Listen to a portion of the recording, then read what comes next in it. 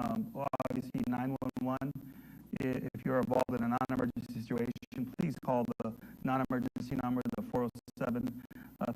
407-348-2222. You can also register for local alerts at the alertosceola.org. Alert Osceola to 888-777. Please keep us and keep you safe by preparing and having a plan. We'll continue to provide updates about the storm's impact. Also, monitor our social media, and we'll also be putting out additional information through our social media.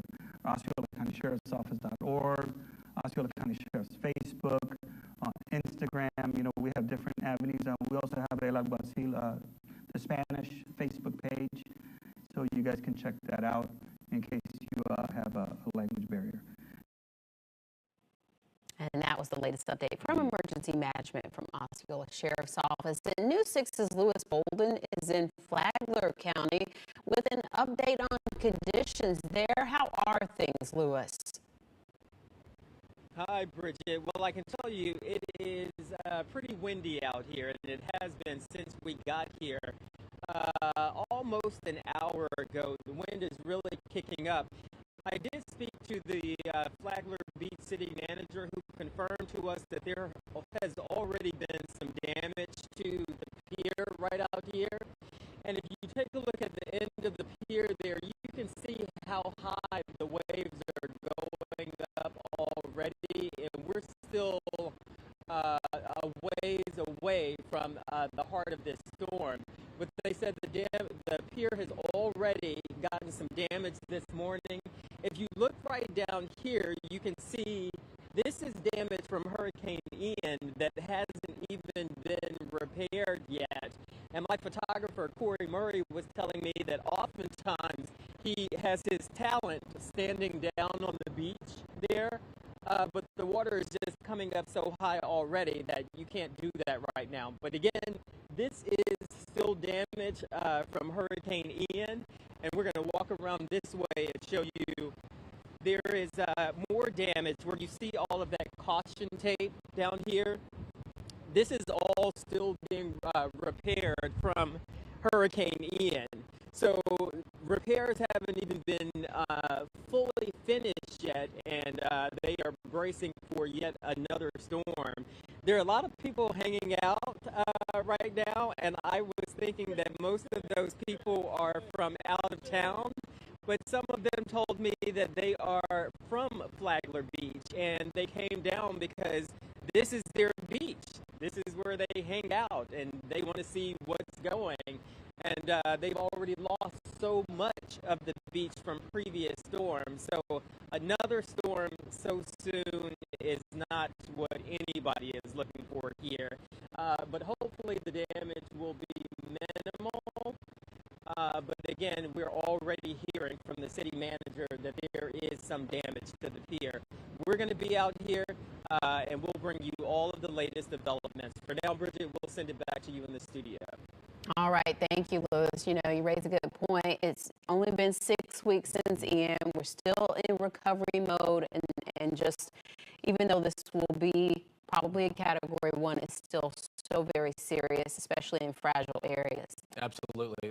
Let's turn now to meteorologist Troy Bridges. Troy, we still have so many folks out there watching things unfold, watching the weather. Obviously, it's interesting to see Mother Nature in all its glory and to see the power of the ocean. When is the final time that they really should get out of that spot? Well, we're already seeing tropical storm force winds. They're very close to that all along the coast. Flagler County right now, these are the sustained winds at 21 miles per hour. We have 24 mile per hour winds at Daytona Beach, as well as 24 mile per hour sustained winds. Those are constant winds right now at Cocoa Beach and in Melbourne. Even farther inland for Orlando, we're seeing sustained winds at 21 miles per hour. But here are the gusts. Now, keep in mind, tropical storm force gusts are 39 mile per hour winds and greater, and we're seeing very close to that, if not that, in many spots. Cape Canaveral right now seeing tropical storm force wind gusts right now at 39 miles per hour, 35 mile per hour wind gust in Melbourne, and 36 in Daytona Beach. Farther inland, the gust up to 30 miles per hour for Orlando. Now, we just heard that there has been a landfall. Candace, where was that in the Bahamas?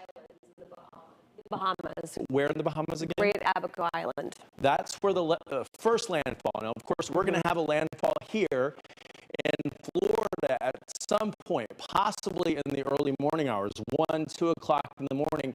So we're going to be watching for that. It's a couple hundred miles away from our coast for now, and this is the official track as of 10 o'clock. Remember, because of the time change, we didn't get one at 11, we got one at 10, and so this is the official track that we have, taking it as a Category 1 hurricane, where you see this yellow line onshore south of Brevard County, likely, as we've zoomed in on the cone here, right on the border of Brevard County, right there near Mico, is where we could see it, because anywhere within this cone, it could make that landfall. So north or south within the cone. That would be either along our coast in Brevard County along the border, or down to Broward County as a Category 1, and then weakening as it continues to move in. Now, with more on those impacts, let's go back to meteorologist Candace Campos. And you just said there is a landfall. We'll see another one here, so things will get worse hour by hour.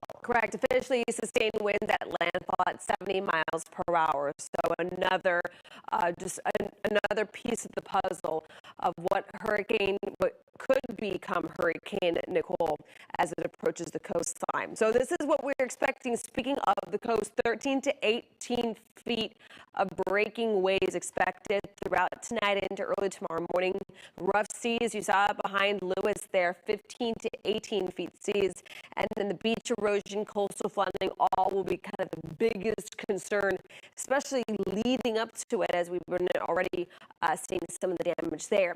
How about rainfall? We were also listening into Seminole County's presser. They've been talking a lot about the St. Johns River. We're anticipating between 4 to 6 inches of new rain between I-4 and I-95 areas across the Turnpike. I-75, your rain totals could be between about 1 to 3 inches. So nowhere near where Hurricane Ian was projected to bring rain, but you can see a lot more rain expected still, once again, along the St. Johns River. Now let's check more on that county by county forecast a little further inland this time with meteorologist Julie Broughton. Candace, we just heard from one of our viewers in Marion County named Dennis asking what the impacts would be for him. So Dennis, thank you for watching. This is what you can expect as we move through the rest of the day and into the overnight hours. We're looking at sustained winds around 20 to 30 miles per hour with some higher gusts. Certainly those tropical storm force gusts are a possibility. Now, rain not as intense inland on average for Marion County. You're talking about around 1 to 2 inches of rain. However, some localized spots could see higher rainfall amounts, and if you're in an area that is prone to flooding and you get some of that higher rain, certainly that could be a concern for you as well. And all of us in Central Florida are looking at that threat of isolated tornadic activity. Flagler, Volusia, Brevard counties. Again, you have those hurricane warnings and watches in place. Sustained winds at 50 to 60 miles per hour with higher gusts.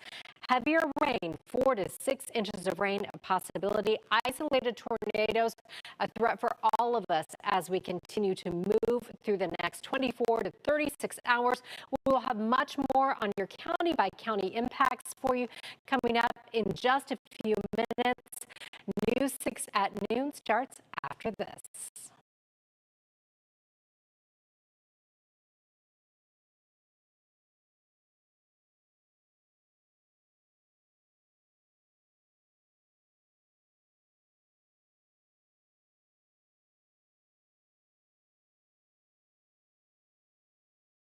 Let's start with Troy.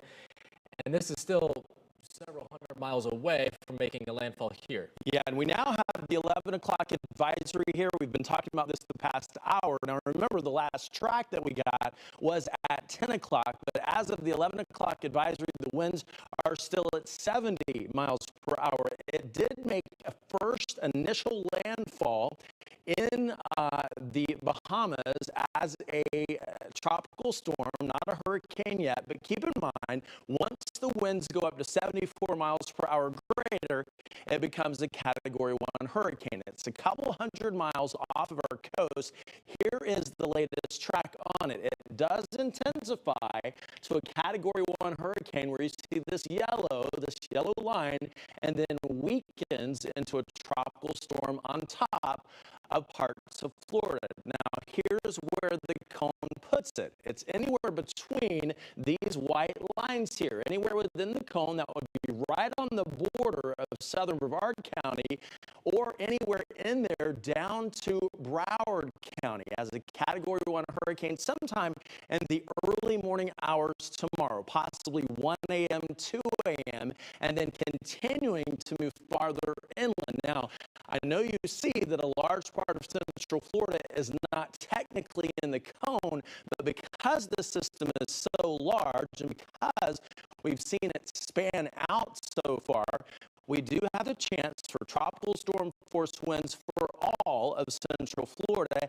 and the risk for tornadoes. We already have the winds kicking up along the coast near 25 miles per hour, but gusting greater than that, close to tropical storm force. Right there, Cape Canaveral, winds now at 40 miles per hour. That is tropical storm force winds. Now, with more on those impacts and the timeline, as well as the watches and warnings, here's meteorologist Candace Campos. Troy, we are still under hurricane warnings in effect for all of Brevard County, coastal Volusia, and then the rest of our viewing area is still under a tropical storm warning. This is a very large tropical system. It originated as a subtropical storm, which is why it is so broad. It really hasn't been able to really tighten up as much, so the wind field is outwards of at least 450 miles from the center. That's just a radius, not a diameter. So look at the storm timeline. So for the next few hours, get your last minute preps done if you need to. But other than that, as the sun goes down, we really need to make sure that we are where we need to be throughout the overnight hours. As you can see, the tornado risk will also increase as the sun goes down, as that main landfall moves in and Nicole makes its way onshore. We are going to be on that right side of the storm. So the dirty side of the storm tends to spin up those weak and brief tornadoes, but they do have the ability to pack a punch, of course, when it comes to damaging winds. So you can see at least until about 8 a.m., there will be that risk in place. For the next few hours, we are going to continue to see the banding of rain coming through. It will be blustery at times with those tropical storm force winds, but it really won't be until late tonight into very early tomorrow morning where we will have that landfall somewhere between southern Brevard County and as far south as Broward County, according to the latest forecast, bringing torrential rain, tropical downpours, a lot of rain, and a lot of wind in the forecast. Speaking of that county by county forecast, let's now turn it on over to meteorologist Julie Broughton with more details on that. Julie. Candace, we are already seeing those tropical storm force wind gusts along the coast, and as we take you county by county, starting in our coastal communities for Flagler, Volusia, and Brevard counties, you are looking at those winds 50 to 60 miles per hour sustained. Again, this is later today and into the overnight hours with 4 to 6 inches of rain possible. Brief tornadoes a possibility for all of central Florida, and along the coast we're talking about that 3 to 5 foot storm surge and beach erosion, a big concern. We've seen our reporters out along the coast, Mark Lehman, Molly Reed, James Barbero, all out there and that is a concern. Now, Orange and Seminole counties, sustained winds around 30 to 40 miles per hour. We will see some higher gusts. Rain, about 2 to 4 inches of rain, a possibility as some of those outer rain bands work through. And anytime we're dealing with a landfalling tropical system, that front right quadrant, which is where all of central Florida will be with that storm, that low risk of tornadoes. Osceola and Polk counties, 34 to 40 mile per hour sustained winds, 3 to 4 inches of rain, and that isolated threat of tornadoes. We will continue to track this for you as long as it sticks around, but for now, we'll send it back to Justin and Bridget. Thanks, Julie. Now's a good time to download a free hurricane tracker app if you don't already have it.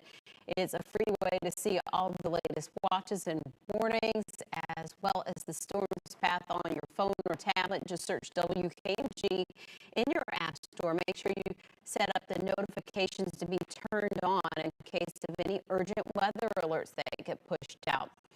Now, as Nicole heads toward Florida, rough surf and high waves are already hurting Volusia County's beaches. The conditions caused the beach safety office in Daytona Beach shores to collapse. It was already leaning into the surf after Hurricane Ian. News 6's Molly Reed is there live. So first off, was anyone hurt there, Molly? No, thankfully no one was there at the time. It was actually the bathroom portion of it that started collapsing in, and it was already having some issues before due to Hurricane Ian. A lot of the seawall pushed away, and that's a perfect example of why the county is asking everyone to get off the island by 4 p.m. today. Mandatory evacuations, dozens of buildings at risk of collapsing, and we're at one right now. I'm going to move out of the way, but try not to get close to the edge. We're in Wilbur's Eye of the Sea right now. We're at a house here, and you can see how much of it is already gone. It is a cliff right now, and the foundation of the house is just inches away from falling over. That we were told this morning by the property manager, actually, that there was still several feet out there, and I'll let her explain to you what she saw compared to what we see now. We evacuated this owner this morning, so he's headed out of state. He didn't want to see it happen, obviously. We managed the 2 properties next door. We've evacuated them, but those backyards are also mostly collapsed. This house, we believe the back house of the house, half of the house is going to go. So we actually moved all the furniture inside because it's very clear that this has happened overnight. After Ian, to that seawall is where the yard went to, or I'm sorry, before Ian. Came back to about 10, 20 feet after Ian, and we lost all of this just this morning. So we were here watching parts of the yard go away, and now it's obviously hit the house. And several of the other properties next door to this one are in the exact same situation. It is just very dangerous. That is why they are asking everyone to get off the island. There are also hotels here, condo complexes in the exact same situation. Obviously, that would affect a lot more people, and they don't even want residents who are living next door to also be hurt if they do come down. Again, asking everyone to be off the Barrier Island by 4 p.m., then putting a curfew in place tonight, starting at 7 p.m., only allowing westbound traffic, and then only allowing residents back over east side. They do not want anyone around even coming over to the beach side during the time that this is really supposed to pick up. But again, just with the high tide this morning, you're seeing what this is already doing. But then we'll provide Steve, Volusia County, and Molly Reed getting results. News 6. Thank you, Molly. Our coverage moves south now in Brevard County, which could see hurricane-force wind gusts if this current track holds. News 6's James Barbera with us now live from the Cocoa Beach Pier. James. Thankfully, Justin, while we are closer to the storm's threat, we don't have any reports of damages that we know of like we're seeing in Volusia County. We're keeping an eye, as you said, on the Cocoa Beach Pier. Lots of people are keeping their eye on it. Crowds are coming and going right now. appears holding up pretty well. It has suffered some damage from severe storms in the past. Like in 2016, the tiki bar out there was damaged and had to be rebuilt. It was built about twice the size as it used to be after Hurricane Matthew, a Cat 5, which skirted by our coast. Landfall still potentially possible on the southern end of Brevard County, so we'll have to continue to keep an eye here on the beaches. Here on the northern part of A1A, the beaches are wider. Erosion maybe not the same threat as it is in South Brevard County. That's where we plan on traveling to next, a little closer to Melbourne Beach. That's where we saw the dunes take a hit to the amount of about $8.5 million, according to Brevard County. They're already pursuing a new beach renourishment project. The question is, will Nicole add another $1 million or two to that estimate, or even more? We'll reiterate what the county said at its 11 o'clock update, its latest Facebook Live update. Just a lot of repeating the order, not even an order, I want to say an advisory. If you live on the barrier islands, which basically means if you need a causeway to reach the mainland, so that's A1A and Merritt Island 2, the sheriff is recommending that people evacuate. You get off the barrier islands, you go on the mainland, you stay at a hotel, you go with friends, something like that. But it's not ordered, excuse me. Nobody's going to force you to leave your home. Causeways stay open, and there is no curfew in Brevard County. That's the latest word from here as people continue to watch what some tell us just looks like a regular stormy day for now, but will it get worse? All right, thank you, James. And from Brevard now to Flagler County, just announcing mandatory evacuation set to begin at 3:30 this afternoon for certain areas. Officials say residents in Zone A, the barrier island from Flagler Beach to Marineland, need to prepare to leave, as well as those living in mobile homes and RVs countywide. There is a shelter opening at Rimfire Elementary School in Palm Coast. They're accepting everyone and their pets, including people with special needs. Residents are being asked to arrive at the shelter by 8 p.m. Governor DeSantis just gave an update on the storm, urging Floridians to take the warnings seriously. Winds are the main concern with Nicole, but we also expect to see some heavy rains, the potential for flash flooding, and 3 to 5 feet of storm surge in some areas. People in the impacted areas should continue to pay close attention as the storm progresses. I think we know these things can be dynamic, and so please exercise that diligence.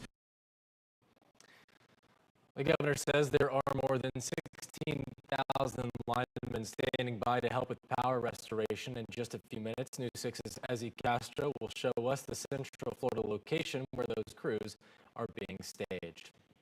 Still to come, our team coverage on Tropical Storm Nicole continues, and we're asking for your help. Yes, we have crews in nearly every county, but we can't be everywhere that you are. How you can help News 6 see more of what's happening in your neighborhood. Troy. We are pinpointing the very latest on Tropical Storm Nicole, soon to be Hurricane Nicole, where it's headed and how it will impact us here in Central Florida. You're watching News 6 at noon, getting results. We'll be right back. Sponsored by the Florida Lottery, who encourages you to play responsibly.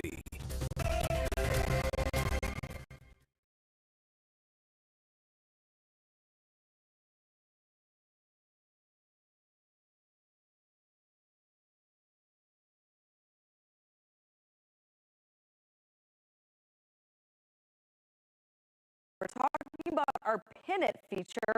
It's super helpful to us, especially during storms. That's because you, our insiders, let us know where there are issues as they're happening, so we can do our best to help get results. Now, you do have to sign in to access this feature on our website, clickorlando.com/pins, or our free News 6 Pinpoint Weather app, but it's free. And as an added bonus, you're then eligible to enter all of our insider contests too. So let's take a look at some of the photos that we got in. Here's some of what was sent in. This was during Hurricane Ian a little over a month ago. Everything from crumbled trails to flooding and rain. So we're going to go to user Mo Life out there. And we're going to post that photo. It was sent in showing us power crews in Winter Park Pines. That kind of information is very helpful, not only to us, but to neighbors in the area so they can see if crews are out near them working to restore their power after a storm hits. And then R.L. Reed, who was a regular contributor to Pin It, sent a photo of the little Econ River overflowing. You can see the water, and that was a big issue for a lot of parts of Central Florida, that flooding, all of that rain we were getting during Hurricane Ian. So, of course, photos like these are very helpful to figure out some of the most hard-hit areas to cover and who needed the most help. And then Wanda sent in a few photos to our Pin It app from Cocoa Beach in Brevard County. She showed her backyard with some water that was coming in from the Banana River. And what's interesting about this particular Pins user, she showed us some visuals of the backyard, which you can see the water was coming up pretty high. She also sent us some pictures of the front of her home, so we could see what the streets looked like. It was really flooded and super helpful not only to us to know where to send crews to get some more information, but also neighbors who may not be able to go outside, get an idea of what things are looking like. Obviously not a good time to get on the roads there. And finally, we have some photos towards the bottom here from a user in Sanford, really showing how bad the situation was there with the neighborhood flooding and water just inches from where people were sleeping and seeping into their homes. So as you can see there, water rising up. You can see the trees underwater as well as some of those road signs. Yikes, in front of the home as well. Again, we have some cars out there. Not a good idea to try to drive through any flooded waters.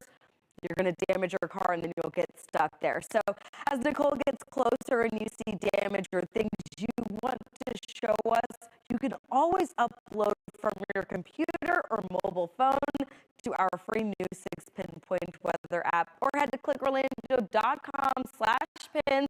Remember, only do so if you can take those photos safely. We want to see what you see, but more importantly, it's all about the safety for you and your family. Justin.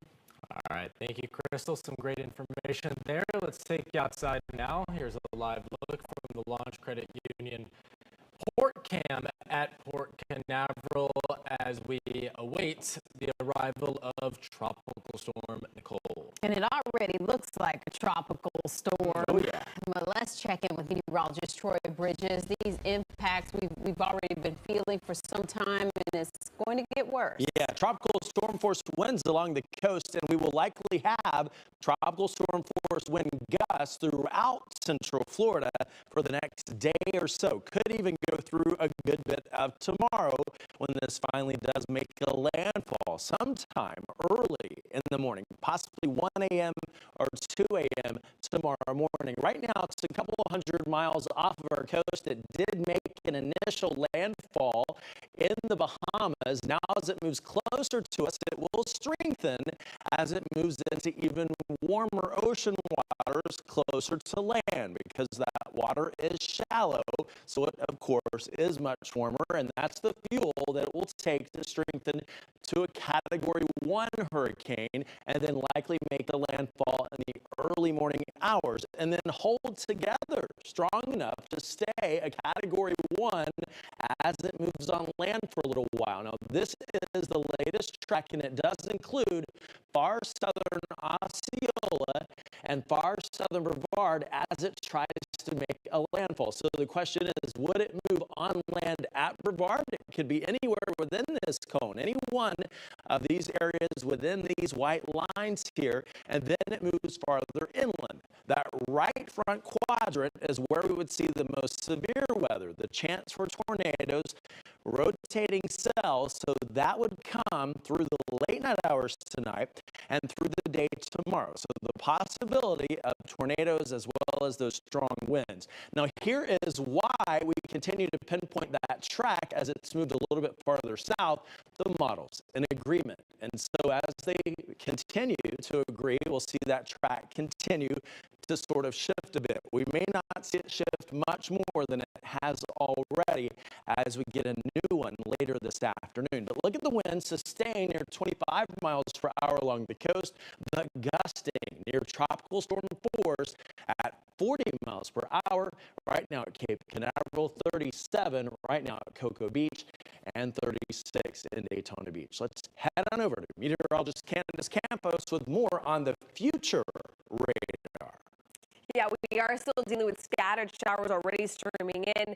At last check, about a half to almost 2 inches of rainfall has already fallen across some areas that have seen kind of that consistent rain over the past couple of hours. So as we take your future radar ahead throughout the next few hours, till about 8 o'clock, it's going to be just the typical banding of that tropical moisture that we will continue to stream in and out. Under some of these squalls, we will be seeing very gusty winds, already dealing with tropical storm force gusts at this hour along the coast. That threat will push further inland throughout the afternoon and into the evening hours. And we stop the clock at about 2 a.m., which is where some of the models are showing between about as early as about midnight to the latest at about 2 a.m. A landfall somewhere between southern Brevard County and as far south as Broward County as that center of Nicole, possibly hurricane, still according to the National Hurricane Center's forecast cone, showing still tons of rain just dumping over parts of central Florida. Although we are going to see a lot of rain, it's going to be nothing compared to what we dealt with Hurricane Ian.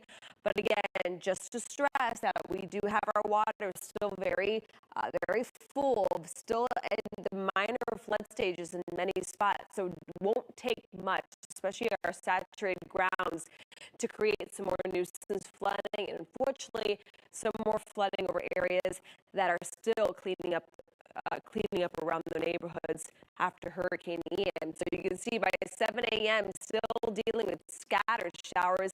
But now let's check on that hour-by-hour forecast for today. Your forecast is sponsored by Del Air Heating, Air Conditioning, Plumbing, and Electrical. 79 will be your high for today, and as we get results here with your full 7-day forecast, much cooler as our next front arrives Saturday and Sunday, but it is going to be a rough couple days, though, all thanks to now tropical storm Nicole. Back to you guys. All right, Candace, and concerns over the storm leading to some changes. Next at noon, when Central Florida's airports are set to close today.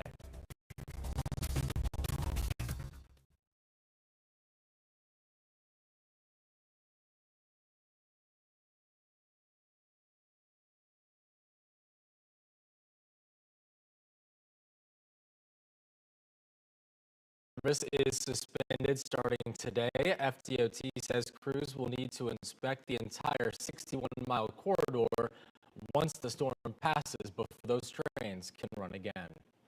When we come back, meteorologist Troy Bridges will have the latest on Nicole's track. Stay with us.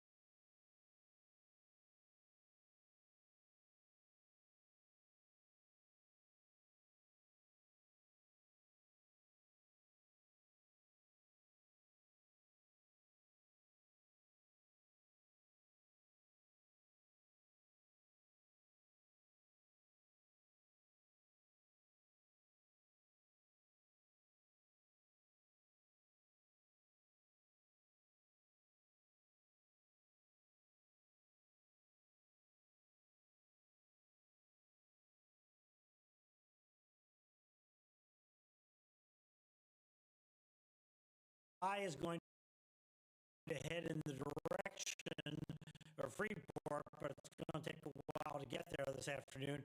The good thing is for the folks in Marsh Harbor that the backside of the storm is not much. And so this is going to be pretty much over with. They pick up a little bit, but then they'll be into the dry air. The front side, the north side, that's where the real action is with this storm. Here we see it analyzed, and look at this strong band here. The strong winds, by the way, were about 25 miles from the center of the storm in that band right there, according to the report from the hurricane hunters. So you see where the yellows are, and that's why all those cameras that we're looking at along the Florida coast, the winds are whipping, because that's the nature of the winds in this storm. And they're spread out so far because the air is being squeezed like you squeeze a toothpaste tube between high pressure to the north that's driving the winds this way, and then the storm that's driving them this way, and they converge, and they're converging along the Florida coast on up to about Cape Hatteras, with the most intense winds on the Florida coast because that's closer to the storm. But this expansive wind is more expansive than it would have been if we didn't have this big high pressure on up to the north. So as we move forward in time here, this is what the model is saying, and you can watch those winds come in. So look at them here, all blowing in. So here we are at 2 o'clock in the morning. We have them coming directly ashore, and this is when we're going to get the maximum storm surge at the time of high tide. And the good thing is that the high tide is in the evening and in the morning over most of the coast. So in any case, over in the overnight hours when we're going to get the maximum push, but it's going to continue into the morning hours tomorrow. Now, so take a look at where they have the storm surge warnings in effect because of that continuous push. A storm surge warning means that high tides over 3 feet higher than normal are expected. Brunswick, Georgia, on down to the Palm Beaches, and also a possibility here on the West Coast. We'll talk about that in just a second. There you see that 3 to 5 foot forecast there from about Jupiter on up to Brunswick. That's again above the normal high tidal level, and a number of those beaches, especially in North Florida, up along the Volusia County, Flagler County, Daytona Beach area, up towards St. Augustine, the dunes were washed away in Hurricane Ian, so this is going to be a bigger threat there than it would normally be. And then you see the other forecasts, including the possibility of 3 to 5 feet on the West Coast. That West Coast threat is in case the storm comes offshore here, so that we get the flow coming in like that, and that pushes the water ashore. It's very, very vulnerable coastline there north of Tampa in that big bend of Florida there. So in terms of the peak winds with the storm, and the peak winds are going to be within about, say, 40 or 50 miles of the storm, something like this. Why my pointer jumped there, but something like that, 75 miles per hour over the Bahamas. Same thing when it gets to Florida, midnight to 2 a.m. So north of where it comes ashore. So if it comes ashore somewhere around Jupiter, we're talking about the Treasure Coast up toward Melbourne. If it comes ashore a little farther north, it can be up to Cocoa Beach. So north of where the center comes ashore, and then slowly dying out over the peninsula. But again, remember, the bad weather is to the right side, so covering the entire peninsula. When we look at the track uncertainty, you notice we have quite a few tracks that come offshore here. That's why they put up the storm surge warning for that Big Bend area north of from Pasco County on north around almost to Apalachicola. So here's the other problem, issue. We just add up the issues here, right? But the main point I want everybody to understand, because you can look at the cone on your phone or whatever, you want to look to the right side. Everything is the right side of where it's going to track. So if it tracks here in the center, goes somewhere near Tampa, it's to the right side where the heaviest rain area is. Unfortunately, that's over that St. Johns River Basin where we are continue to be in flood stage there, moderate flood stage, because of Ian. So there you see all the moisture with this. What's going to happen to it as we get toward the end of the week? Well, there's this big dip in the jet stream out here, and this is the big storm that's going to cause the blizzard in the northern part of the country, has the potential for severe weather in the central part of the country. As this comes east here over the next couple of days, it's going to scoop up Ian and take the remnants of Ian and the moisture from Ian up the East Coast. So Ian will likely die out down here in Georgia or the Carolinas, but the moisture goes north. So all the way up into the mid-Atlantic and New England, you're going to feel Ian tropical moisture along with this cold front coming in. All right, guys, back to you. Great breakdown there, Brian Norcross, telling us a wet weekend for the East Coast, too, unfortunately, because of the leftovers of the cold. We'll be back to check in with you for another update here this afternoon. Right now, we are going to move it forward and take a look here at, it looks like some schools that have completely closed down. School closures have happened across portions of South Florida. And of course, the decision was made early to shut down some of these school districts out of an abundance of caution as Nicole moves towards the southeast coastline of Florida. And we know Port Lucie is one of those school districts that has closed down. They even serve as shelters for many people, and the staff will go in there and help out with people trying to get situated. They even have a pet shelter there as well. Indian River County School District, by the way, the superintendent, David Moore, joins us now with more on the decision on how to prepare for the storm ahead. Thanks for being with us there from, it looks like Vero Beach, right? Absolutely, Vero Beach. Nice to be here. Thank you. So you've decided to shut down the schools on Wednesday and Thursday. Do your schools also serve as a shelter for the community?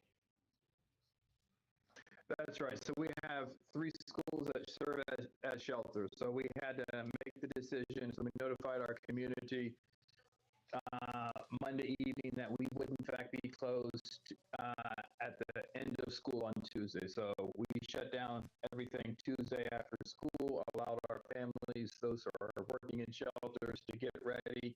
We activated shelters Wednesday morning. They're up and running. 2 of our schools serving as shelters. And Friday being Veterans Day, that'll make a long weekend for everyone. Yeah, does the staff help out there with some of these shelters, and have your buildings been fortified or at least made a little bit stronger? When do we get some of these storms? Yeah, so prior, we just don't randomly select schools. We walk with our county office looking at what are the most strongest schools that we have. We pre-identify each school. We walk the schools. We make sure the generators are up and running at each of the schools that we select. Our principals are actually the one manning the shelters along with our sheriff's office. It really is a community effort. That's one of the things that is a positive takeaway, a strong sense of community, all of the different organizations and community coming together to be in service of those who need additional help and assistance. I know that this has done out of safety. It's done out of caution, but it's certainly difficult for the kids sometimes. You're rescheduling the high school football regional playoffs. You are rescheduling some of these really important events that happen for the high schoolers. How are some of the kids handling such a stormy tropical season? I mean, we come off of Ian. A lot of them have had damage that they've had to recover from because their families were affected by that storm. And here you face another serious situation with weather. Yeah, it's tough for the entire community. So we already missed 3 days of school earlier this year because of Ian, and here we are, the exact same time frame, hitting the exact day of the week. We'll miss only 2 days this week because Veterans Day is on Friday, but it's still a disruption in service. You have one opportunity to live that senior year. You don't want to have any disruption. You want every event to happen. Some of these kids, because of the pandemic and COVID, have already had such disruption in their schooling experience. We want to keep things as normal as possible. We've been able to get things rescheduled. The football game is going to be Saturday evening, so we're not going to not have our high school football start the playoffs. So there's just a lot of rescheduling, putting things back on the calendar.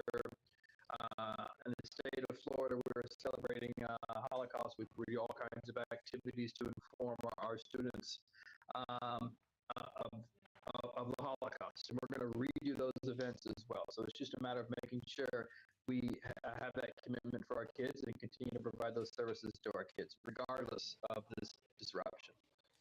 And the shelters, are they open to everybody? Let's say somebody's evacuating who doesn't live in the community. Can they go there? And if so, and even if not, what's the best way to reach you if they need to get in touch with y'all?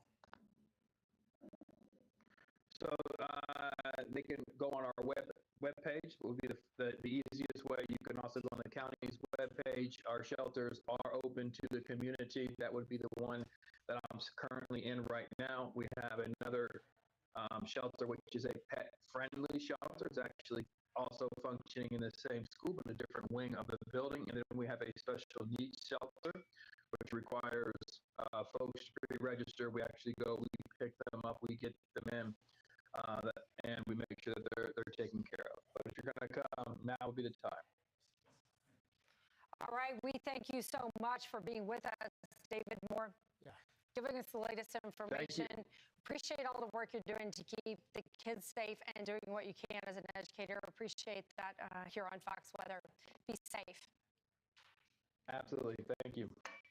You know, as he was talking, we had some new video that I hadn't seen yet come in from Daytona Beach, and watching those waves roll up under the underpasses and roll up into some of those frontage roads.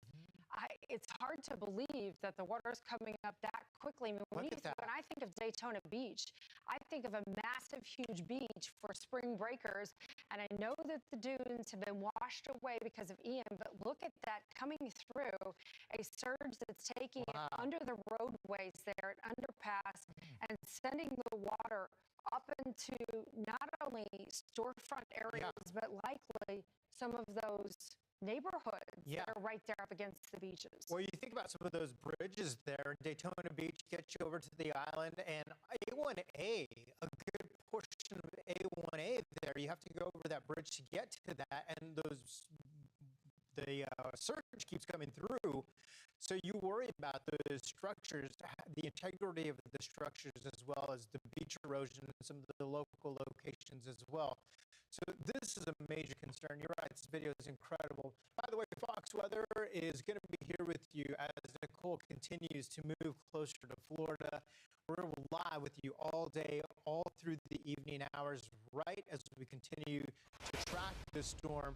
No matter the hour and the time of day, we are here with you. That's right. Not only do we have a hurricane potentially making landfall in Florida tonight, we're also tracking blizzard conditions with another storm on the north side of this, which is actually going to be responsible for pulling the leftovers of Nicole right up into the Northeast. So don't look away. There's too much happening. We're tracking heavy rain, gusty winds, and a flood threat in East Smyrna Beach, Florida, live right now. We also have another live camera. This is Delray Beach. You saw where the high tide came up earlier, put the seaweed down there. It has retreated a bit, but the problem here is the winds are persistent. We've got a gust of 25 miles an hour here, and as long as those winds are pushing the water up against the shoreline, even at low tide, it's difficult for the waves to relax, and they continue to come inland. That persistence onshore, I think, is going to be a major headline here. Don't forget, we've already had a hurricane late this fall with Ian that has washed away the dunes that are protective here and hundreds of miles off the shoreline. This is the power of the storm, the center of the storm, which will create more surge. So a 3 to 5 foot surge for the east coast of Florida could make a real impact here in places that normally, if we were early in the season or we had those dunes in place, it may not be as bad.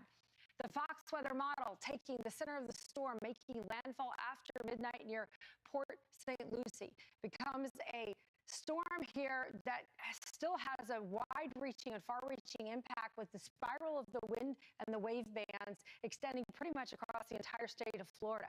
I think the wind field will be as much as 500 miles across, and that means tropical storm force winds of 40 miles an hour or greater across the state of Florida.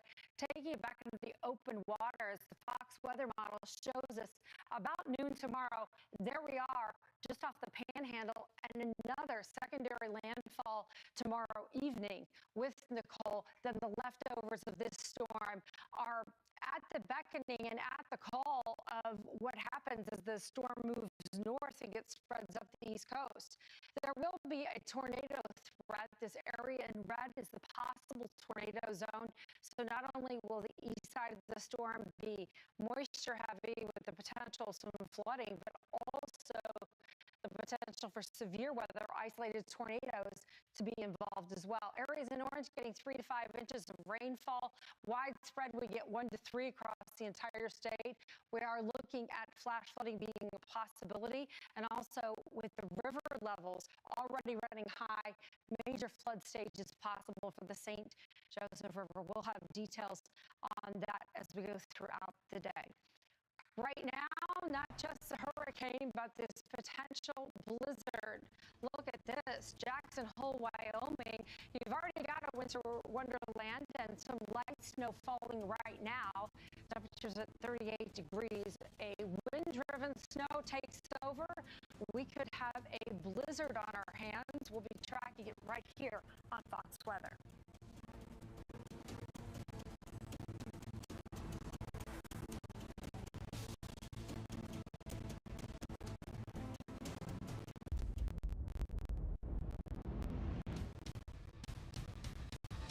I can't believe how devastating this is, and I've seen a lot.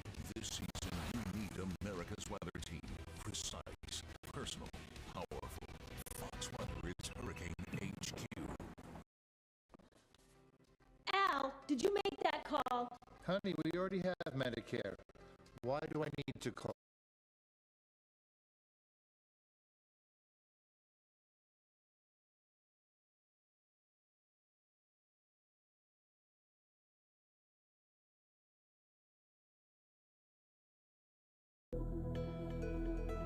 Telemax, c'est clair. C'est la 5 en stéréo. Telemax, c'est clair. C'est la 5 en stéréo. Telemax, c'est clair. C'est la 5 en stéréo. Telemax, c'est clair. C'est la 5 en stéréo. Telemax, c'est clair. C'est la 5 en stéréo. Telemax, c'est clair. C'est la 5 en stéréo. Telemax, c'est clair. C'est la 5 en stéréo. Telemax, c'est clair.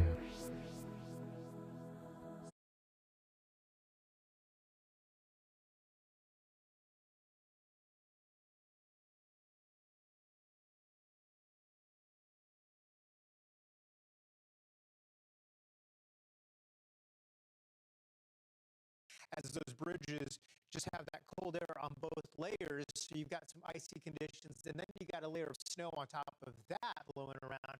Not going to be good. As we look at Interstate 94, Bismarck, you can see those snow totals estimates as we go through the day Friday, easily getting up to 2 feet of snow in some cases. And those winter storms continue to pass over. You're going to see some in Grand Junction. Then ahead of it, the chance for some severe weather outside of Minneapolis and Des Moines, where the warmer air is being fed into that system and the two air masses are colliding. Fargo at 17 Thursday night. So a lot of this snow, Amy, is not going to melt and will continue to add more snow as we go through the day of Friday to places like Duluth. And that blizzard, that big major winter storm, everything's connected. It starts to scoop up what's left over of Nicole. And as it picks up that moisture, the East Coast gets wet over the weekend. We are over Melbourne Beach right now with our surf flying cameras looking at the wild waves. Nicole is expected to make landfall as a hurricane in Florida tonight. We've got you covered here on Fox Weather.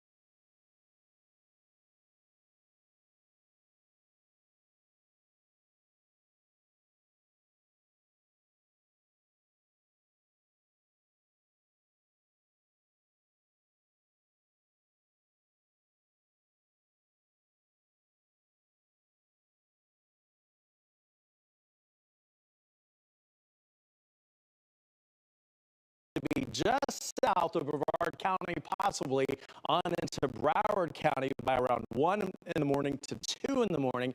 Right now, it's close to becoming a hurricane with winds at 70 miles per hour. 74 plus mile per hour winds would bring it to that hurricane status. So here is the official cone. We'll get a new one at 4 p.m. You can see right now, likely to be a Category 1 hurricane. Notice the yellow line that takes it on shore as a hurricane and then eventually weakens to a tropical storm once it moves on land near Fort Pierce, but really anywhere in the cone is where this could land, and that would be far southern Brevard County on down into Broward County and then weaken to a tropical storm. And again, because we're on that dirty side of the storm, the right front quadrant is where all of Central Florida is. And so that means we do have the risk of at least some small spin-ups, some tornadoes that would move on shore. And the timeline would be closer to when it would move on land, and that would be early in the morning tomorrow and then throughout the day tomorrow as it continues to push in. Now, before that, we will have tropical storm force wind gusts. Already seeing sustained winds across a large part of Central Florida near 20 to 25 miles per hour along the coast. Those gusts actually sustained winds at 25 miles per hour, but gusting close to tropical storm force. That's 39 mile per hour winds and higher. So there you go.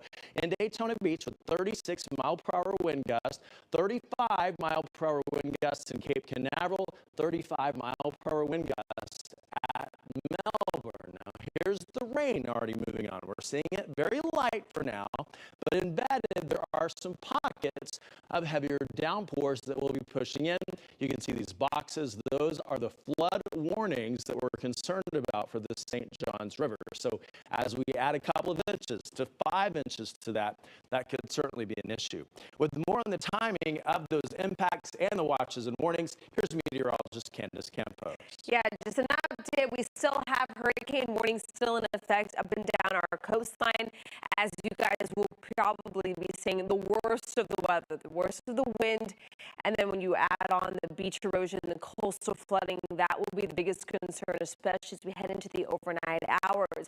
But rainfall already moving in very quickly across Central Florida, producing tropical storm force gusts still at this hour, and that is why everywhere else in blue is under a tropical storm warning, meaning conditions will continue to deteriorate throughout the next few hours. So let's break down the timeline a little bit here as we head into the next few hours. So from now until about 3, 4 o'clock, we're still going to be on that lower risk. Now, we will still see the heavy rain and the gusty winds, but it will get worse as we head till about 8 o'clock. Sun goes down, the risk of tornadoes does go up as we are going to be watching that landfall happening at about midnight, about 3 o'clock in the morning. So not only will we see the winds also increase more to tropical storm, almost hurricane force, depending on where you are, we are also going to be much closer towards that center by that time, and the right side of the center, which means, again, as Troy was talking about, the possibility of a fast-moving tornado developing there off the water. Storm surge warning still in effect. That is along the immediate coastline of Volusia County, as well as Flagler County and the Barrier Islands in Brevard County. The latest update still shows storm surge about 3 to 5 feet above the normal tides. And by the way, high tides, when the system is making its way on land, will be at the exact same time. So coastal flooding, a big concern for us overnight, something we will be watching very closely throughout the overnight. Now let's see more on the current winds as well as your county-by-county breakdown with meteorologist Julie Broughton. Candace, we are looking at winds already gusting up to tropical storm strength. They're getting really close to it in a lot of spots. Current wind gusts in Melbourne right now, 35 miles per hour, 32 mile per hour gusts in Cocoa Beach, and 36 mile per hour wind gusts right now in Daytona Beach and Leesburg. So even as we go farther inland, we are seeing those higher gusts. So already we are feeling the effects of Nicole. Here's what you can expect county by county. So looking at Flagler, Volusia, and Brevard counties, your sustained winds as we head to the overnight hours tonight and into tomorrow will be at 50 to 60 miles per hour. Do expect some higher gusts, 4 to 6 inches of rain, a possibility, and we're looking at that threat of tornadoes going up overnight as Nicole makes landfall to our south. But as Nicole makes landfall and that center of circulation moves on shore, looks like around south of Fort Pierce, we will be in the front right quadrant of that system, putting all of central Florida in that risk for tornadic activity. And we're talking about 3 to 5 foot storm surge. And as Candace was just showing us, high tides in all of these areas do coincide with Nicole making landfall to our south. So that will be problematic as far as beach erosion and any sort of flooding along the coast. Orange and Seminole counties, sustained winds at 30 to 40 miles per hour. Again, the worst of the weather will come overnight and into the early morning hours. 2 to 4 inches of rain overall. But remember, anytime we get some of those rain bands wrapping around over the same areas, we could see some higher amounts of localized areas leading to flooding, especially in flood-prone areas and areas that have already seen some issues from Ian. And again, we will all be under that threat of tornadic activity, especially overnight tonight. So make sure you have those alerts on your Pinpoint Weather app set. We'll be here for all of it for you. Now let's go back to Justin and Bridget. All right, Julie, thank you. Moving now to Volusia County, rough surf, high waves already causing some trouble on the beaches that were battered by Hurricane Ian just over a month ago. News 6's Molly Reed is live along the coast at Wilbur by the sea, where we've really seen how badly those areas are damaged. Yeah, and we're starting to see the conditions really deteriorate around here. The wind is ripping, and we're seeing the waves come in, which is not good news for these properties here in Wilbur by the Sea. I'm going to move out of the way so you can take a look. These properties were already having issues after Hurricane Ian, but I am told that they at least had some yard left until this morning, and now you can see just how close it's getting to these properties. I want to show you this gray house right here. We had been standing in it for the last few hours. We just talked to the property manager again. She was telling us that she just went inside the house and already the doors are not shutting, and that means that it's starting to shift, the house is, and you can see just how close it is there. We can show you some video from inside at that point. Just looking down, it looks like a cliff. Again, they were telling us they still had feet and feet of yard, the backyard this morning, and already now by almost 1 o'clock, it is up to the house. The several houses next door under the same situation. We've just been watching as just pieces and pieces of dune, if that's what you want to call it at this point, is collapsing in. And I'll go ahead and let you hear what that property manager let her describe for you what she was seeing this morning and how bad it's been already today. We evacuated this owner this morning, so he's headed out of state. He didn't want to see it happen, obviously. We managed the 2 properties next door. We've evacuated them, but those backyards are also mostly collapsed. This house, we believe the back house. And again, now, hours later, we are still watching parts of it fall. You might be able to see a little bit further down the White House next to the one with the shutters there. There are sandbags on the ground. We have been watching people try to restore or try to fix up that seawall even today. Those sandbags at one point, probably up until about 30 minutes ago, were up on the ground level with the house, and now you can see they're down on the ground. The pipes are already sticking out, and it is just starting to get worse. I mean, this is just the beginning. And again, there are about 2 dozen properties here in Volusia County that the county has been watching, saying that they are at risk of collapse after Hurricane Ian because there was not much left already after the hurricane washing away their seawalls. Some of those buildings are condos, some are hotels. They've evacuated most of them But this is the reason they are putting that 4 p.m. mandatory evacuation in place. They want everybody off of the barrier islands by 4 p.m. today because these buildings are at risk of collapsing. They don't want anyone to be around them. They're also putting that 7 p.m. curfew in place tonight. They're not going to let anyone back beachside once they have crossed over tonight. Back to you guys. All right, Molly. I mean, this area of our coastal coverage area will never be the same after this. I We're mean, just getting started, unfortunately, and if it's gotten that worse in the last several hours, hard to imagine what's going to happen over the next 48, 72 hours. Yeah, and Brevard County could see hurricane force wind gusts if the current track holds, and that has leaders recommending evacuations for some living along the beach. Let's check in now with News 6's James Barbero. He's live now in Satellite Beach. What are you seeing there, James? Well, this spot, Justin, Shell Street, is notorious for erosion, and we're seeing it happen again. Back in 2016 and 2017, Matthew and Irma took a big bite out of these beaches. Seeing it here for ourselves as it's happening, they've even closed off this beach access here.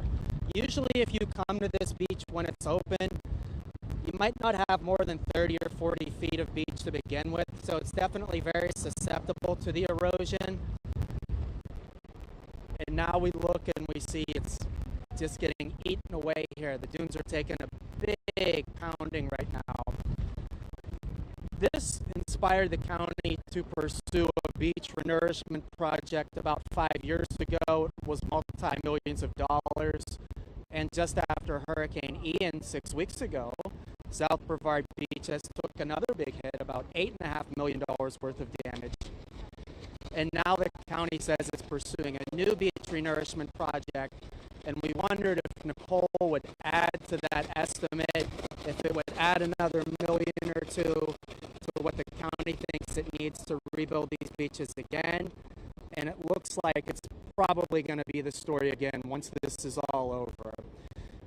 This is the worst I've physically seen it at this particular beach access. When I'm talking about the beach access actually being closed, boarded off, and caution roped off. And when we look at the dune this way, you might be able to see some debris that's in the water right now. That might be those wooden pillars. That wood might be from the beach accesses themselves. As I look north from here, I think I see I think I can see some damages to the beach access ramps. We had a lot of people looking at this damage for themselves, Justin and Bridget, but since it's gotten windier and since the rain has started coming down harder, less and less people are coming out right now. You mentioned how in Brevard County the evacuations are recommended. They're not ordered. So the sheriff's office authorities are not going to force anyone out of their homes. But they say if you live in the A1A communities or if you live in Merritt Island, anywhere that needs to get over a causeway to get back to the mainland, they recommend you don't hang around too much longer. But again, if you want to, you do have the liberty to do so. Because this damage, this erosion, we've seen it before here, but this time it might really be historic. We're going to keep our eyes on it. All right, James Barbero reporting live in Satellite Beach. Thank you, James. Hey, speaking of Brevard County, here's a live look at NASA's mega moon rocket. Well, NASA is once again postponing the Artemis launch because of this tropical weather. The rocket was moved to the launch pad last week. They were hoping to launch Monday, but now that has now been delayed until at least next Wednesday. And we'll have more coverage on Tropical Storm Nicole right after this.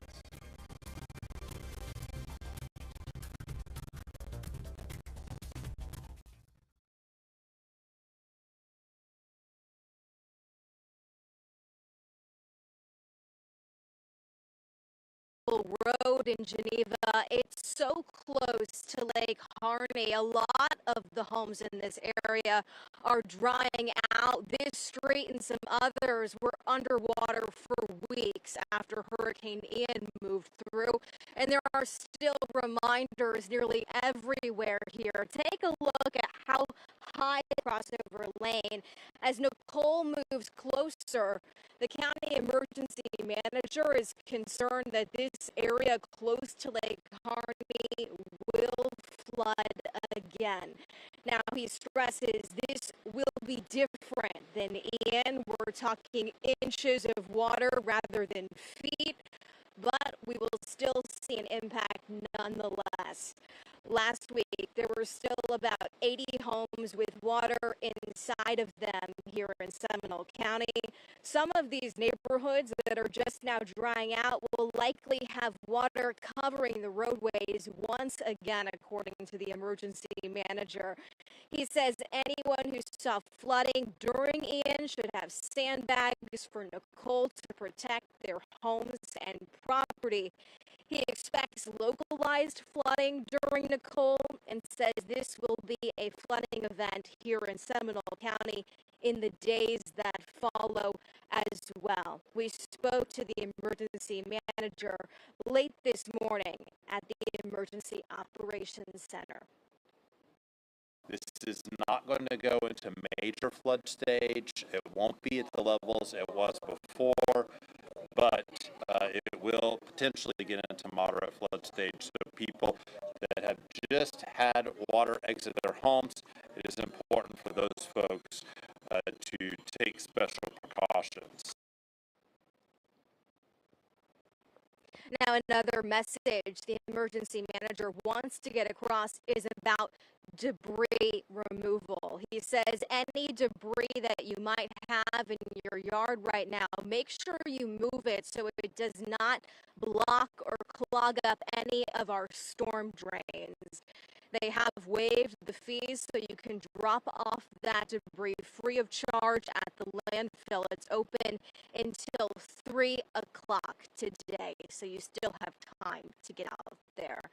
I'm live in Seminole County. Catherine Silver, Getting Results, News 6. All right, Catherine, thank you. Of course, it's not just Central Florida preparing for her tropical storm, Nicole. Here's a look at some video.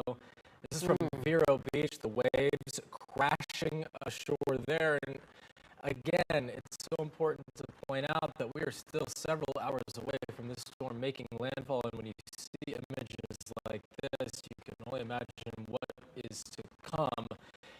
And the beach just getting a pounding. It's been getting a pounding for the last 12 hours or so since late last night. You saw the waves starting to really kick up. And I'll tell you what, we're in for a long 48, 72 hours. Yeah, I mean, it's been chipping away so long already, Troy, and it's cumulative damage combined with what already happened 6 weeks ago with Ian. And, you know, we've been talking about that for days, that we were really concerned about beach erosion as one of our biggest threats from this system. This would not be an Ian because we're not going to have as much rain.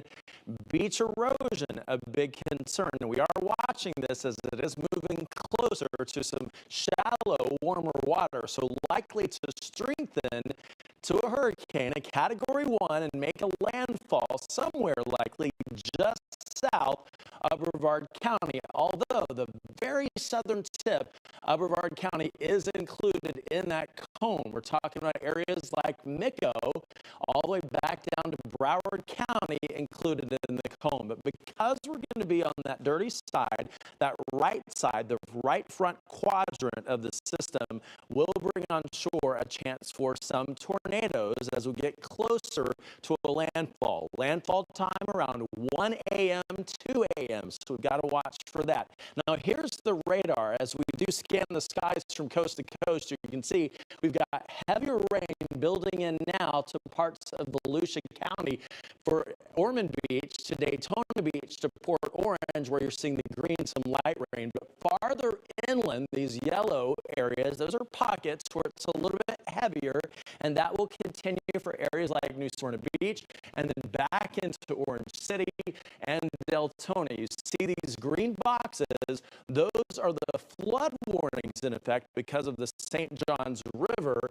So we've got to watch for that as we add more of this rain on top of it. More heavy rain likely for Sanford on back into areas like Altamont Springs and Winter Park, even back over to Port St. John and Cape Canaveral, Rockledge. Many areas will see waves of rain, and it will be relentless through tonight and the day tomorrow. So with more on how much rain we could get, let's bring in meteorologist Candace Campos. Well, Troy, I mean, when we talk about these bands of rain, they're producing either a half of an inch to almost 2 inches of rainfall already in some of those heavier pockets of rain. And of course, they're going to continue to stream in over the same areas depending on where the squall lines are located. So let's look at the potential rainfall. Of course, there's going to be isolated amounts that are going to go over these numbers, but kind of the rule of thumb along the coast and as far inland as, let's say, I-4, we'll have about 4 to 6 inches of rainfall between now and tomorrow afternoon.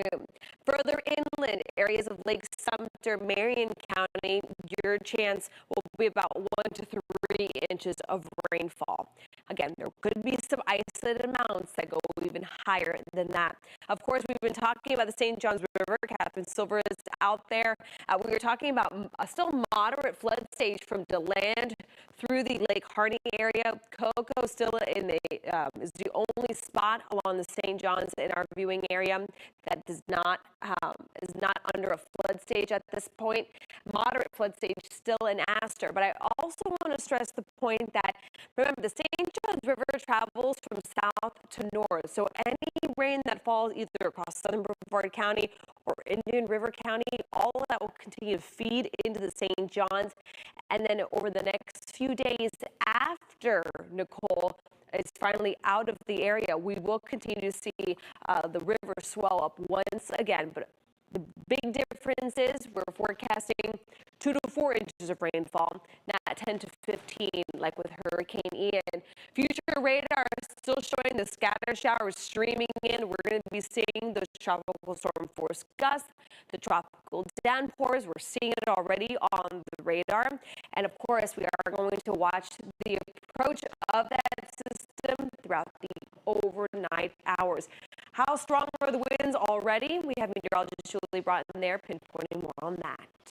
Candace, already getting really gusty out there, especially along the coast. Here's a look at our maximum sustained winds right now. So Ocala, your winds are at 15 miles per hour, and Leesburg 22 miles per hour. But look as we go along the coast. So Daytona Beach, right now your winds are at 18 miles per hour. But as we head farther to the south, New Smyrna Beach, 28 mile per hour winds for you, and 29 mile per hour winds in Cape Canaveral. But we are seeing higher gusts at times. Look at that. Cape Canaveral now reporting a 40 mile per hour wind gusts. So we are seeing those tropical storm force wind gusts along the coast. Melbourne, you're looking at gusts around 32 miles per hour, and even inland Orlando, 30 mile per hour gusts and 32 mile per hour gusts for those of you in Leesburg. Here's how it looks as we go county by county for the rest of the day into tomorrow. Things really go downhill for us through the overnight hours as Nicole makes landfall to our south. So if you are in our coastal counties, again, Flagler, Volusia, Brevard counties, you do have warnings in place, hurricane warnings with maximum sustained winds 50 to 60 miles per hour. We're expecting 4 to 6 inches of rain along the coast. All of central Florida will be in that area of the storm that is most likely to see tornadoes. That is that front right quadrant. You hear some people refer to it as the dirty side. So especially overnight from around midnight till around 4 or 5 tomorrow morning, that's when we're looking at our best chance of some isolated brief tornadoes area-wide. Storm surge around 3 to 5 feet. And again, talking about 4 to 6 inches of rain, beach erosion already problematic. And our high tides will coincide with the time that Nicole will be making landfall. Now, Orange and Seminole County areas like Oviedo, Chuliota, Christmas, and Bithlo, 30 to 40 mile per hour sustained winds as we move into the evening and overnight hours. On average, about 2 to 4 inches of rain inland. Candace was showing us the river stages. We could see some localized heavier rain in some spots, but overall, that's about the average we're talking about with that low risk of tornadoes. Osceola and Polk County, 30 to 40 mile per hour winds sustained with higher gusts. And again, we're all talking about isolated tornadoes, a risk for us as we move through the overnight hours. Now back to you, Justin and Bridget. Thank you, Julie. And it's good to have our free hurricane tracker app so you can stay mobile and get the latest updates with watches and warnings as well as the path of the storm. Just search WKMG in your app store and turn on the notifications so you'll get those urgent weather alerts. We're going to take you through the school closures coming up right after the break.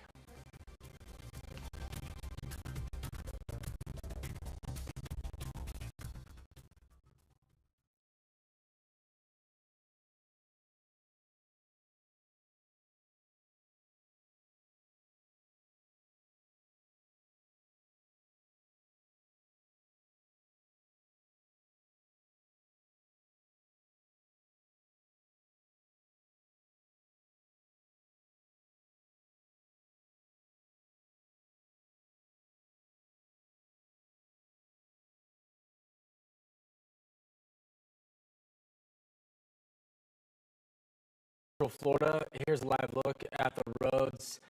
It's going to start getting a little bit more busy with early dismissal for Orange County Public Schools, so keep that in mind if you have to head out. And school districts across Central Florida are canceling classes ahead of the storm. Brevard, Seminole, and Volusia counties will be closed the rest of the week. Lake, Sumter, and Orange County schools will be closed Thursday and Friday. Marion County is closing schools tomorrow, but plans to reopen Friday depending upon the weather. Flagler and Osceola County schools will have early release today and be closed the rest of the week. Local universities are also closing down. UCF, Rasmussen University's North Orlando campus, Barry University, Melbourne, Barry University, Orlando Law, Lake Sumter College, and Valencia all closed today and tomorrow. Some of those colleges were also already closed Friday for Veterans Day. Seminole State is closed today through Friday, and Full Sail is switching to remote learning today and tomorrow. And campus reopening Friday. For a full listing of the closures, of course, go to clickorlando.com. And our coverage of Tropical Storm Nicole continues after the break. Here's a live look outside at a wet downtown Orlando. Stay with us.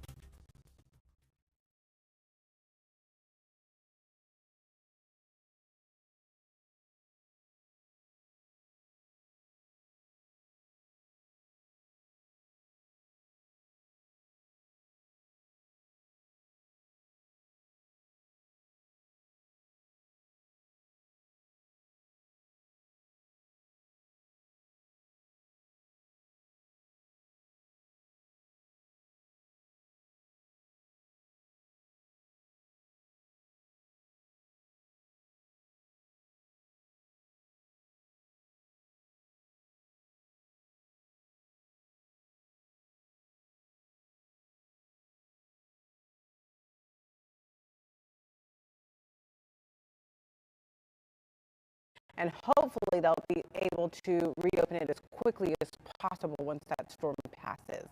Well, they're a lot higher than usual. In Boca Raton, a local state of emergency has been declared in response to Nicole.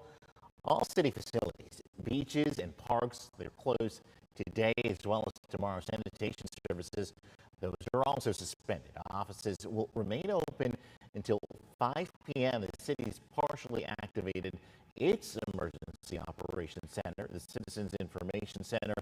It'll open later today to answer questions or concerns you might have. Palm Beach International Airport stopped all operations as of 9 this morning. No flights coming in or leaving. Public supermarkets across our viewing area, those stores are closing early in anticipation of that storm. Stores along the coast from Jupiter to Jensen Beach, they all close at 2 o'clock this afternoon, so you've got a little time there left. The Publix is along the coast from Sebastian to Port St. Lucie. Those closed at noon. For the latest information about store closures, also a store-by-store breakdown of those that are affected, you can visit Publix.com. Amtrak has announced schedule changes because of Tropical Storm Nicole. 5 scheduled trips to and through Florida. They are canceled today and tomorrow. That includes service to and from Sanford, Florida to Lorton, Virginia, New York to Miami, New York to Jacksonville, and Jacksonville to Miami. On Friday, service to and from New York to Miami, New York to Jacksonville, and Jacksonville to Miami are also canceled. For those experiencing homelessness, Palm Tran will be providing free transportation from 10 a.m. to 12 p.m. with pickup locations at Bryant Park, Phil Foster Park, Curry Park, and Delray Beach Public Library. Palm Tran will then cease all service. There will be no fixed route bus services. Palm Tran Connection, Paratransit, and Go Glades beginning at noon today. So that just passed.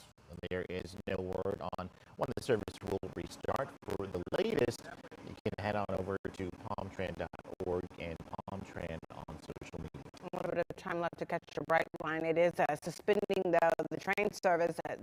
Actually, it'll stop this afternoon. So the northbound train will leave from Miami at 4:48 p.m. The last southbound train will leave from West Palm Beach around 2:48. In addition, shared shuttle, also electric golf cart rides are suspended today in Palm Beach County, and all airport and port shuttles, shared rides, and electric golf cart rides, those are suspended as well in Fort Lauderdale. No word yet on how tomorrow's service will be affected. We've got more for you in the way of closures and coverage of Tropical Storm Nicole after this.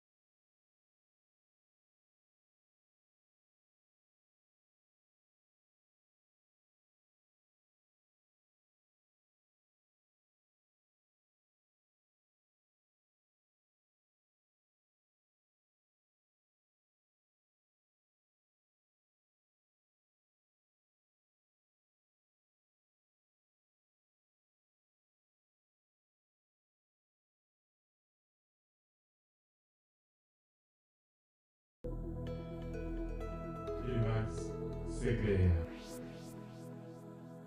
C'est la 5 en stéréo. Telemax, c'est clair. C'est clair. C'est la 5 en stéréo. Telemax, c'est clair. C'est la 5 en stéréo. c'est clair. C'est la 5 en stéréo. Telemax, c'est clair. C'est la 5 en stéréo.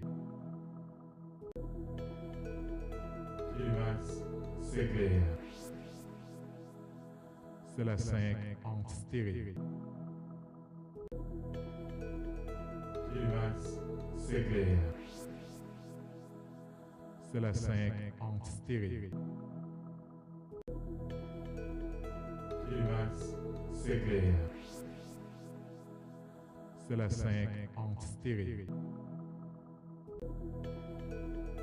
Telemax, c'est clair. C'est la 5 en stéréo. Telemax, c'est clair. C'est la 5 en stéréo. Telemax, c'est clair. C'est la 5 en stéréo. Telemax, c'est clair. C'est la 5 en stéréo. Telemax, c'est clair. C'est la 5 en stéréo. Telemax, c'est clair. C'est la 5 en stéréo. Telemax, c'est clair. C'est la 5 en stéréo. Telemax, c'est clair. C'est la 5 en stéréo. Telemax, c'est clair. C'est la 5 en stéréo. Telemax, c'est clair. C'est la 5 en stéréo.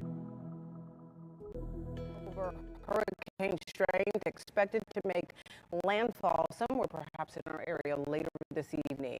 Just waiting for that announcement for it to be upgraded into a hurricane, something that we're anticipating. Also, Kate, I know that we're seeing how large the scope of those tropical storm grade winds are across our state. Yeah, so lots to talk about. We'll get right to it. This is Nicole. Nicole is right now lashing out at Marsh Harbor, the Abacos, and then it's going to be moving across Freeport, then toward our area. So, you know, we've been talking about this storm for a week now, the potential of what could happen for a week. And here it is. It's verified. It's come to fruition. And now we are feeling the impacts and bracing for more impacts. So it's moving to the west at 12, which is a decent forward speed. It's going to pick up speed in time.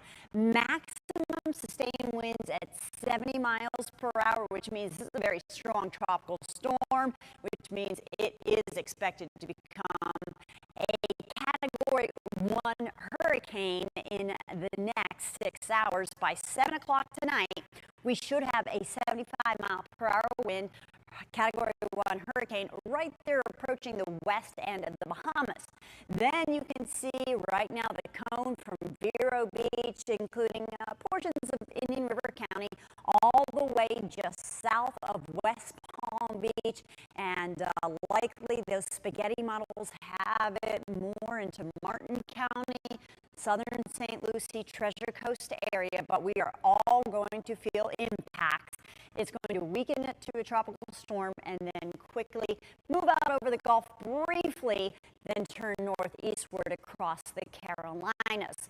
So I want to show you the spaghetti models as we talked about. Look how consistent they are, really just hugging together there over Martin County and portions of St. Lucie County. But again, we're all going to see impacts no matter where that exact landfall is.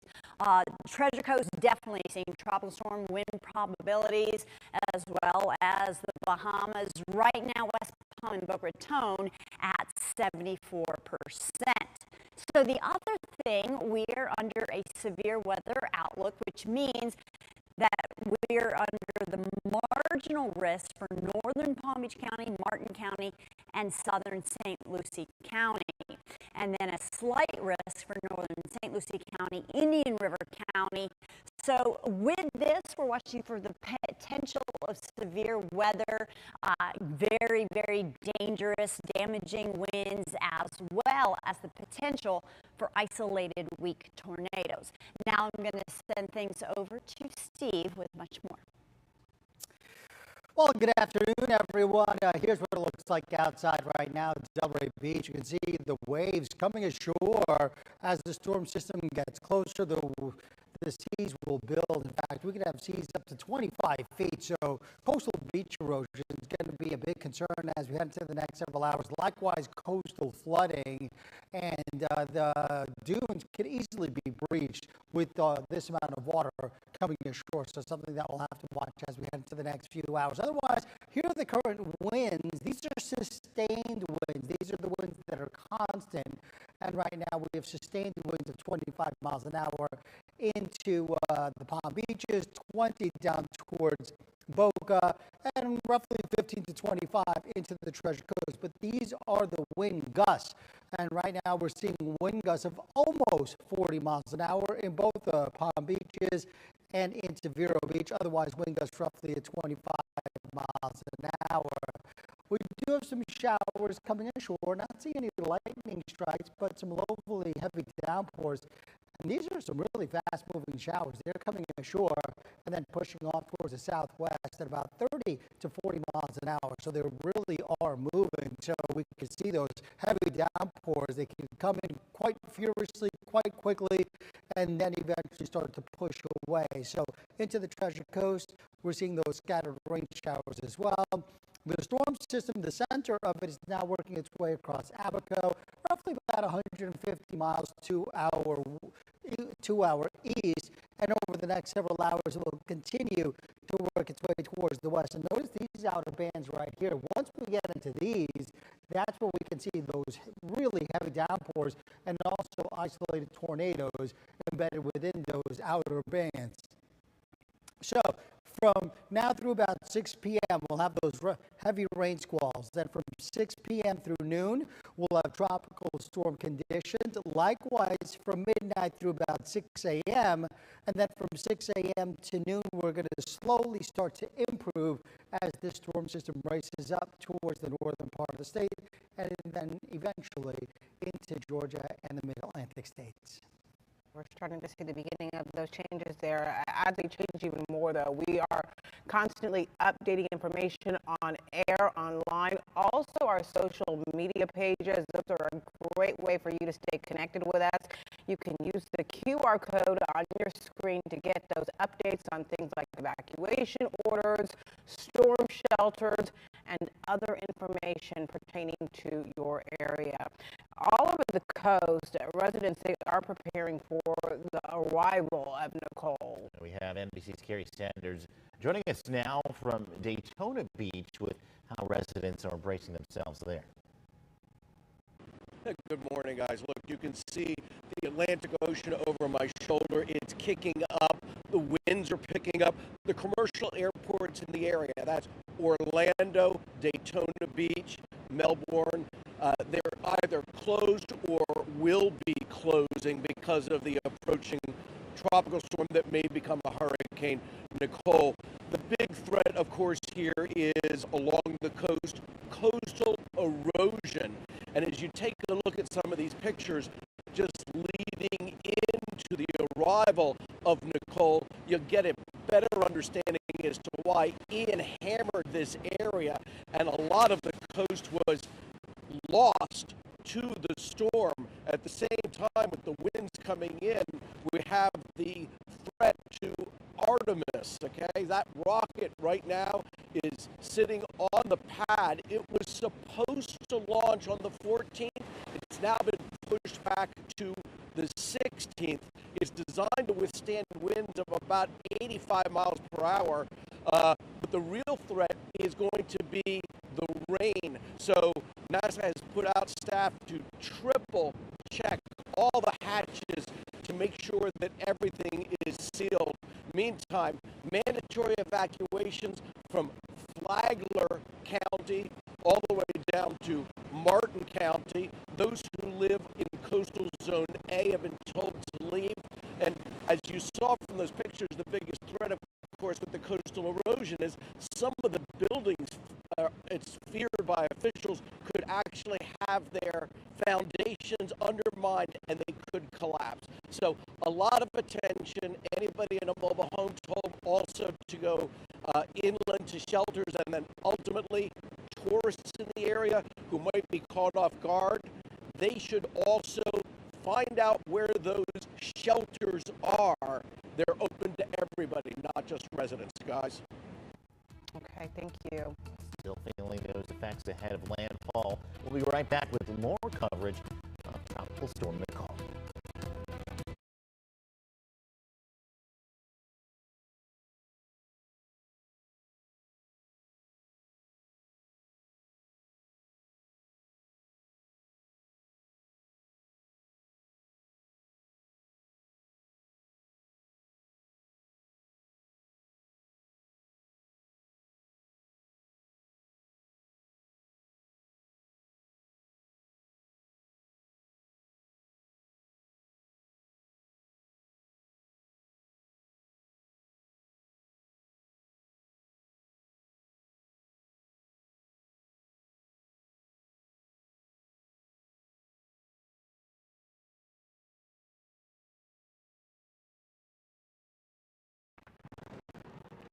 Welcome back. We are continuing our extended coverage, wall-to-wall, really, of the approach of Tropical Storm Nicole. We are also taking a look at video coming in and different advisories from municipalities throughout our viewing area. We have new video from Palm Beach Shores and a tweet here from the village of Tequesta warning those in the area to shelter in place at this point if they haven't already, because of the risk of down power lines being so severe. Obviously, you shouldn't approach them. A lot of people without power already in the village of Tequesta, but if you haven't evacuated, they're pretty much just telling you to sit tight. Just checked in with FPL, the outage map. We're not seeing a ton of power outages at this point. We know that is probably a matter, though, of when, not necessarily if. So that is going to happen. Here's the deal. We've heard over and over this morning law enforcement saying, get out now, don't wait. Especially a lot of them put a time frame on 1 o'clock, 2 o'clock. So we're starting to creep up on that 2 o'clock hour. And that's when they're saying it's kind of the point of no return. They've asked for people not to wait until the last minute. This is case in point here, where you have Tequesta Emergency Management saying, if you have not evacuated at this point, please stay put. And you're at the mercy of first responders at that point and how quickly they can get to you. Also, this video here coming from Palm Beach Shores, this is the Ocean Point Marriott near the Lake Worth Inlet. That water completely coming ashore and into the pool area there. The beach literally disappearing in the high surf. We've described that water as, rushing. That is a true example of how fast that water can move. And here, more coastal flooding near the intracoastal. You can barely see the partition between the land and the seawall there as that water gets closer and closer to flooding. And there you see, it's already over that seawall. Seriously, though, if you can send in any photos or videos, we do appreciate the effort of our viewers. Thank you to one Java for sending this video from Delray Beach. Water from the Intracoastal already coming over that wall. You saw flooding the sidewalk in nearby area. More than ankle deep, as you saw in some spots. Some new information now from Palm Beach County Fire Rescue. They have 3 fire stations. They're all located in mandatory evacuation zones. So in order to be able to dispatch, not moving too far, but from neighboring fire stations, that way they can get to you if you need it without delay. Let's go to some more video here. Starting to see some things get interesting downtown West Palm Beach. This is in front of the Palm Beach Yacht Club. And this was also sent in by WPTV weather spotter Dean Matchin. We also just got word that the Okeechobee County Sheriff has established a curfew from 9 p.m., I think I'm hearing from producers, to 7 a.m. This is as we're seeing the effects of Tropical Storm Nicole only intensifying as we're seeing the intense outer bands, the storm surge, as well as the flooding in a lot of areas. So, as you were mentioning, Holly, earlier, if you haven't made a plan, it's getting to that point where it's too late at this point. And let's clarify, that is Okeechobee County. So that is where that curfew has been established. Also, theme parks in Central Florida adjusting their operations ahead of Nicole's landfall. Well, Disney World will begin closing down at 5 this evening through tomorrow morning. Universal Orlando Resort will close Volcano Bay Water Park. The theme parks and hotels will be operational. We're going to have much more coverage for you after the break.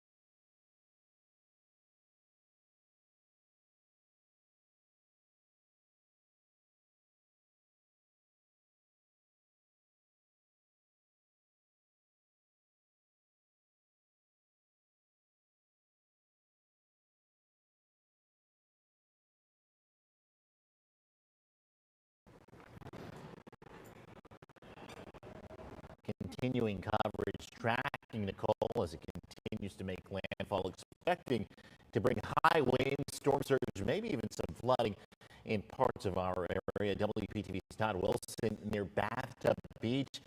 Todd, what are you seeing out there?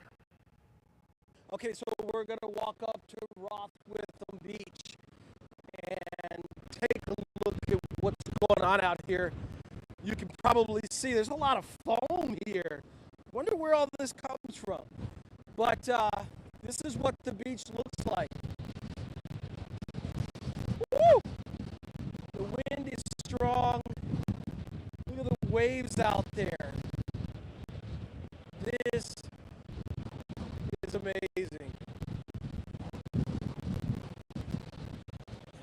Now I understand that you can actually walk down here. I've been here before, and there's like some caves down there that you can walk through some of the rocks, and that's completely gone. Man, the spray is amazing, and a lot of the road has seen a lot of washout. You've got sand, dirt, you name it.